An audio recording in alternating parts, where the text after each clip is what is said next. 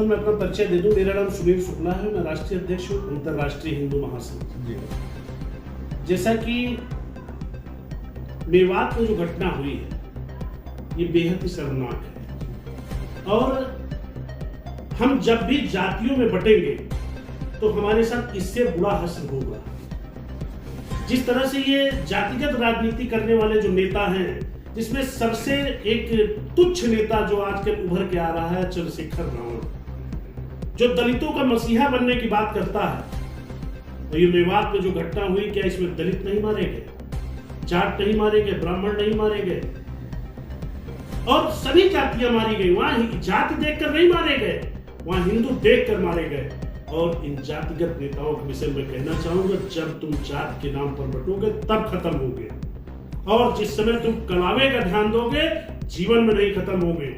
और हम सभी हिंदू जनमानस से ये आग्रह करेंगे कि जात के नाम पर बटना छोड़ दें, और ये जो भ्रमित करते मैं दलित नेता, मैं बैकवर्ड नेता, मैं ठाकुर नेता, मैं ब्राह्मण नेता, इनका साथ छोड़ दें, इनके ऊपर कभी विश्वास न करें। सुनील जी, चंद्रशेखर रावण के आपने जिक्र किया। चंद्रशेखर रावण जो है दलितों के मसीहा बनते हैं और बाबा साहब के अनुयायी बनते हैं। आपको क्या लगता है, कितना लगता है कि जो सनातन संस्कृति पर जो है वो लगातार अभद्र टिप्पणियां करते हैं ब्राह्मणों पर, सवर्णों पर, और मुस्लिम धर्म का जो है वो कहीं ना कहीं एक आध बार उन्होंने सपोर्ट भी किया है, तो आपको क्या लग रहा है इसमें क्या दिख रहा है आपको? इस पर टिप्पणी क्या करना चाहिए, कौन सी राजनीति है ये? असल बात देखिए, चंद्रशेखर रावण की जैसे आप तुलना एक चर्चा कर रहे हैं, चंद्रशेखर रावण देखिए अभी एक स्वयं अपने ऊपर हमला करा देता है। हीरो बनने के चक्कर में, वो टीआरपी सिर्फ अपनी बढ़ाने के चक्कर में, जाति का नेता बनने के चक्कर में, जो अपने धर्म का नहीं हुआ, जो हिंदू धर्म का नहीं हुआ, वो दूसरे का क्या होगा? जो अपने हिंदू धर्म का नहीं हुआ, मुसलमानों के साथ जोड़कर और दलितों का मसीहा बनना। अभी साक्षी नाम की लड़की के साथ जो दिल्ली में घटना हुई और एक मुस्लिम ने उसकी हत्या की, निर्मम हत्या, धर्मसार, मतलब ऐसी हत्या आज तक नहीं हुई। उसमें इस चंद्रशेखर रावण ने, क्या वो दलित नहीं थी? सिर्फ अपने लिए दलित राजनीति करता है कि मुझको सुरक्षा मिल जाए, मुझको नेता बना दिया, इसलिए कहीं नहीं। ये सिर्फ इन सभी जातिगत लोगों को सोचना चाहिए कि इसमें भ्रमित होने की जरूरत नहीं। कोई नेता किसी जात का नहीं होता है, जो हिंदू धर्म का नहीं वो किसी जात का नहीं हो सकता। आप ये बताइए कि ऐसा कहाँ से ये कल्चर और संस्कृति की शुरुआत हो गई कि हिंदू जो है उनको तो तरह तरह के जातियों में बांट दिया गया और लोग उलाहना भी देते हैं, लेकिन मुसलमान सिर्फ मुसलमान बोला जाता है। इसका बड़ा कारण आप क्या मानते हैं?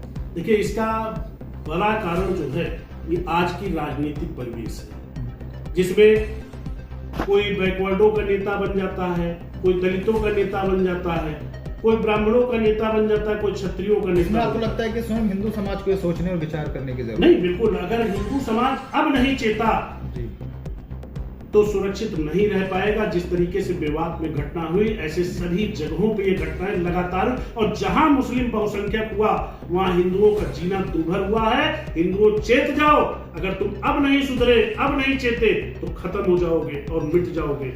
अभी मणिपुर हिंसा हुई जो देश में बड़ी ज्वलंत मुद्दा के रूप में है। विपक्ष ये भी कह रहा है और भी सारी पार्टियां, संगठन कह रहे हैं बीजेपी के जो खिलाफ हैं कि वहां पर 70 से 76 दिन बीत गए थे लेकिन कोई कार्रवाई नहीं हुई। प्रधानमंत्री जो उस पर चर्चा करने को तैयार नहीं है। आप क्या इस पर टिप्पणी करेंगे? ऐसा कैसे हो सकता है कि चर्चा नहीं कर रहे हैं प्रधानमंत्री?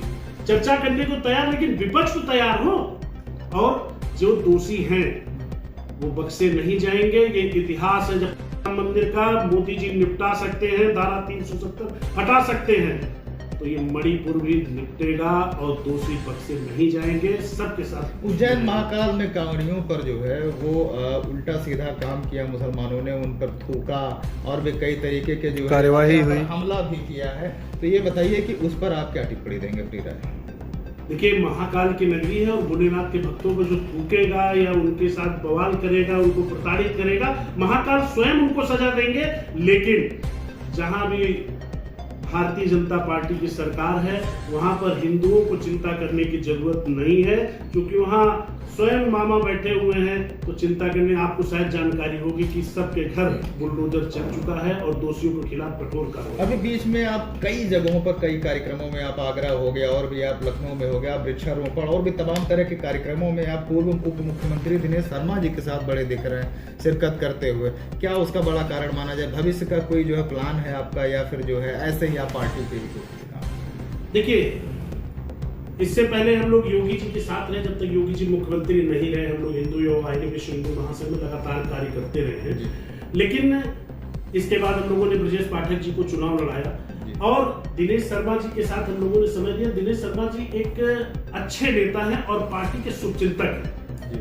इनकी जितनी तारीफ की जाए, पहली चीज तो बहुत ही सात्विक विचार के व्यक्ति हैं और कार्यकर्ताओं को विशेष ध्यान देते हैं। मैंने जब से इनके साथ में आया तब से मैंने देखा हर एक कार्यकर्ता की ये बहुत ज्यादा चिंता करते हैं और उनके हित का कार्य करना चाहते हैं हमेशा ही।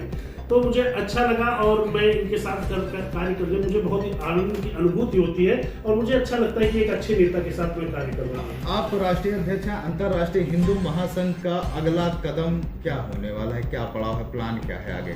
देखिए, 2022 के चुनाव में हम सभी ने पूरे प्रदेश में लगकर भारतीय जनता पार्टी की सरकार बनाई। उसी क्रम में उत्तर प्रदेश में जब निकाय चुनाव आए तो हम लोगों ने अपने कार्यकर्ताओं को लगाया और इस प्रचंड जीत के साथ ऐतिहासिक जीत हम लोगों ने दिलाई। और आने वाला जो लोकसभा चुनाव है 2024 का, इसमें हम लोगों का लक्ष्य है कि उत्तर प्रदेश 80 की 80 सीटें भारतीय जनता पार्टी के खाते में जानी चाहिए और पुनः मोदी जी को देश का प्रधानमंत्री बनना तय है। क्या रणनीति तैयार की है उसके लिए? सबसे पहली रणनीति तो हिंदुओं को जोड़ना है और जाति में बंटना नहीं है। किसी भी आधार पर हम सभी को एन केन प्रकार जैसे भी हो भारतीय जनता पार्टी की सरकार बनानी है और मोदी जी को प्रधानमंत्री बनाना है।